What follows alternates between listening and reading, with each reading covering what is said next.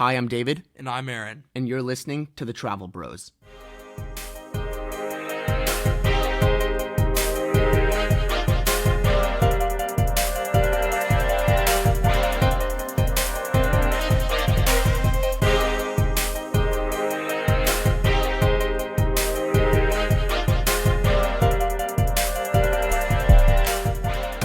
So today is June 9th, it's Sunday, and Aaron and I just got back from different trips. I got back from a trip, we were in the Netherlands for a day, we took a cruise to Norway, and then we went to Poland and Israel, so that was a long trip in Europe. And Aaron also just got back from a trip in Japan. Aaron, how was your trip? It was amazing, and there's a lot we have to talk to y'all about. I'm only going to be speaking about two cities today, which are Tokyo and Osaka, but we're going to make a part 2 and a part 3 about both my trip and David's, where we will be talking about much more cities and places. So, as Aaron said, there's no way we can fit this in to one episode. So today, specifically, we're going to be talking about Japan and Israel. So I'm going to start off with Israel. So in Tel Aviv, which is one of the main cities in Israel, there are a lot of unique things. And one of them is the ways that people get around. So the transportation forms. People get around with, obviously, cars, but a lot of people get around with e-bikes, bikes, electric scooters, and mopeds. So when I was there, I walked a lot, obviously, because we didn't rent a car or anything like that. But I also rode a lot of electric scooters. They're so easy to use, and unlike many cities where electric scooters are readily available, in Tel Aviv, they're actually widely utilized. There's a bunch of cities in the US and in Europe where there's electric scooters and things like that, but nobody actually uses them. In Tel Aviv, everyone uses them, and it's so amazing because it's just an easy way of getting around. It's better for the environment, and it's just makes life a lot easier than having to call a cab all the time, which they have too, but this just makes it so much easier. Right. I mean, I agree. I think having electric scooters, like in Austin, Texas, there's a lot of electric scooters, and you can see, all the college kids use them because there's many no car zones on campus. So people just use that to get around, and it's way better for everything else. You don't have to start up your car, find a place to park or anything like that. You just leave it on the sidewalk. So yeah, I think it's awesome that Tel Aviv has electric scooters. And unfortunately, I didn't see really very many of those in Japan. No, I don't think based on my knowledge, Aaron has to tell me because he's the one who actually went there. I didn't think they were very common in Japan, but I could be wrong. Another thing about these is there's a big bonus to riding electric scooters, which is that on the company I was usually riding, which was Lime, you can exchange the battery and you'll get future ride credit. Doing this only takes an extra minute or two depending on where you are, so I did that, and then basically all the rides I was taking, I was using ride credit that I got from exchanging the battery on the previous rides, so basically all my electric scooter rides were free, which was great. And then also, of course, this is necessary if people are going to be actually using these electric scooters, is that the whole city has biking and scooter lanes. And so, it doesn't matter if you're on the boardwalk or if you're in the middle of the city in an urban area, wherever you are, there will be a biking lane that you can use with an electric scooter if you're on a bike or something like that. So it's easy for pedestrians and other people. It's easy to get around from place to place. Not only do you have to be in a car to do that. So I don't know. I found that very useful. Yeah, I agree. I think that's super useful, and it's way easier to get around that way. But, I mean, what were some of the other things that y'all did other than just kind of take scooters around in Tel Aviv? So, one of the things that we did was go to the Dead Sea. This is not what you think of when you think about the Dead Sea, because we did not do what most people do, which is go to one of the beaches with a bunch of people. We actually did a boat ride. It was like an hour and a half boat ride. We were a little bit we didn't know if it would be worth it because we were staying in Tel Aviv, and it's how long? I'm trying to think of it. It was like a 3-hour drive each way to the Dead Sea from where we were. We didn't know if it would be worth it, going on the drive, doing something. We felt like maybe it's a little touristy, but it was one of the best things we did on the entire trip. We had a private boat ride. We didn't see a single other person that in the Dead Sea, and we got the person who was driving us around in the boat was a geologist, and he knew a lot about the history of the Dead Sea and the future of it as well. So we got to take pictures, we got to go out and walk on salt formations. It was incredible. And Aaron, I'm going to ask you something that I did not bring this up when we started talking about our podcast. Take a guess. How much do you think the Dead Sea loses each day, the water? The water? Just take a guess of how much water it loses a day. How many gallons? What measurement? Just take a guess. I mean, you want to do gallons, you want to do ounces, you want to do liters, I don't know. Just take a guess. It loses 2,000 gallons a day. Well, if I remember correctly, it loses the equivalent of 500 Olympic swimming pools of water every single day. Okay, I don't know what the conversion is from Olympic swimming pools to gallons. Well, think about that. Think about how many gallons are in one Olympic swimming pool. A lot? A lot. I'm going to look it up right now because I want to know the exact amount. How many gallons are in one Olympic swimming pool? That is 660,000 gallons. Oh, wow. Times 5. So 500. So however much that is. Times it loses 500? a day. 500 Olympic swimming pools a day of water it loses. So it's not going to be around for much longer. Really? It's going down, and it's the next 80 years or so, it's probably going to disappear. Wow. So it's kind of sad, but that's a conversation for another time. That's crazy. Wow. Yeah. So moving on from that, which is kind of depressing, something else that we did was the train from Tel Aviv to Jerusalem. We went to Jerusalem for a day, which we did a bunch of the tourist things there, and it was really amazing. But the train specifically, it opened in 2018. The entire trip from Tel Aviv to Jerusalem with all the stops takes about 50 minutes. Most of those are just, how the train has to go slowly in between the stops when they're near each other. So in between the last stop in Tel Aviv to the stop in Jerusalem actually only takes around 20 minutes. So it's extremely convenient. Both cities, Tel Aviv and Jerusalem, have incredible public transportation that are widely utilized by the residents, and the trains run every 30 minutes, making the commute so easy. So anyone in either one of these cities, whenever they feel like it, any day of the week, they can just be like, I'm going to go to, so-and-so city, and they can get on the train really easily. It runs every 30 minutes, so if they miss it, not a big deal. You just wait a few more minutes and you'll get on the next one. Yeah, that's really cool. We used a lot of public transportation when we were all throughout Japan too. And I can say that especially for tourists, it makes it so much easier to get around a country that you're not familiar with. And that's one of the things Japan is so known for, right? Right. Is public transportation, which we're going to talk about a lot more. I'm going to talk about a lot more when I'm talking about, the cities that we went to. But I'll start talking about it right now. The part of Tokyo that we started in was called Shinjuku. Now it's a district, and this area is mainly known for entertainment reasons. The part of the district is called Kabukicho. And that's like the section of the district that's known for all the entertainment and all the media and like all the animations and stuff like that around there.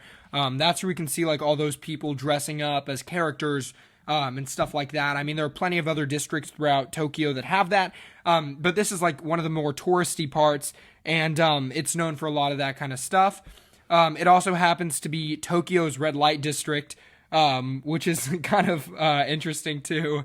And it's a huge area and a huge part of Tokyo, which is like, known by everybody. All the tour guides are familiar with this area, and it has a ton of residents as well, not just tourism.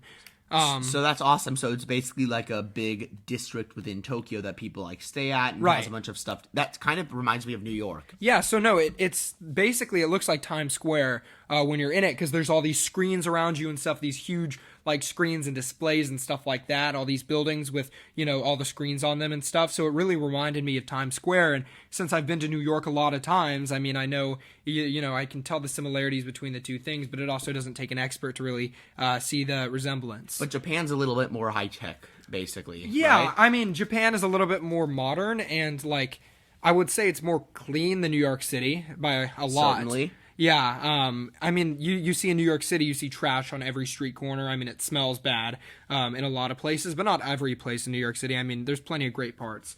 But in Tokyo, there's nothing. There's no trash on the streets. The subway stations are super clean. The trains themselves are super clean. And just the whole thing works super well, which is another thing I'd like to talk about a little bit later. But within this area, within Shinjuku, there are many like restaurants, including sushi, ramen, and yakitori, which is Japanese skewers. And they have plenty of like small alleys and stuff that are known for like having dive bars and stuff like that plenty of people go to.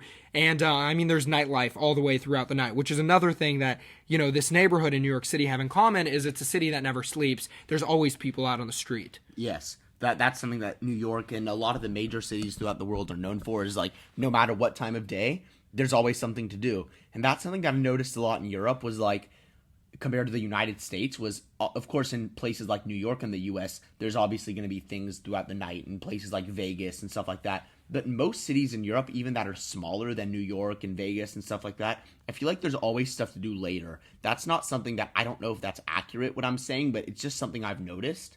But I've heard also in Japan that there's stuff to do throughout the night. So I guess that is true. And you saw that? Right. I mean, there's plenty of that stuff. And I would say if you're in this neighborhood, you should check out right in the heart of this neighborhood. There's the Tokyu building, Tokyu.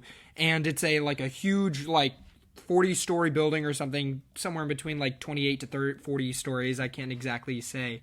But it has multi-floor entertainment with food courts, virtual reality, arcade games, video games, and all that kind of stuff. So, Aaron, first of all, that sounds awesome, like all the different things there are to do. But also, one of the major things about Japan are the bullet trains. And correct me if I'm wrong, but you actually went on some of those, right? We did. So we went on a bullet train, and it took about 2.5 hours to the other city we were going to talk about today, which is Osaka. And Osaka is another major tourist city in Japan, probably the second most visited behind Tokyo. Although I don't think it is the second biggest city in terms of population. I think that falls to Nagano, which has 10 million people. Wow. Yeah, so it's a lot of people. And the main part, so we were staying in kind of I can't really explain it. It was more of a business or shopping district of Osaka that our hotel was in. But it was a super great area where our hotel was. And, it's this area where all these cool car dealerships are. They have the McLaren car dealerships, Mercedes, Ferrari, Tesla. They're all in that area, which is really cool. I can't recall the area, but I know kind of where it was. But the cool part of Osaka, which is where all the tourism is, all the cool restaurants and stuff like that, is a part which is the heart of Osaka known as Dotonbori. And it has this river flowing through it.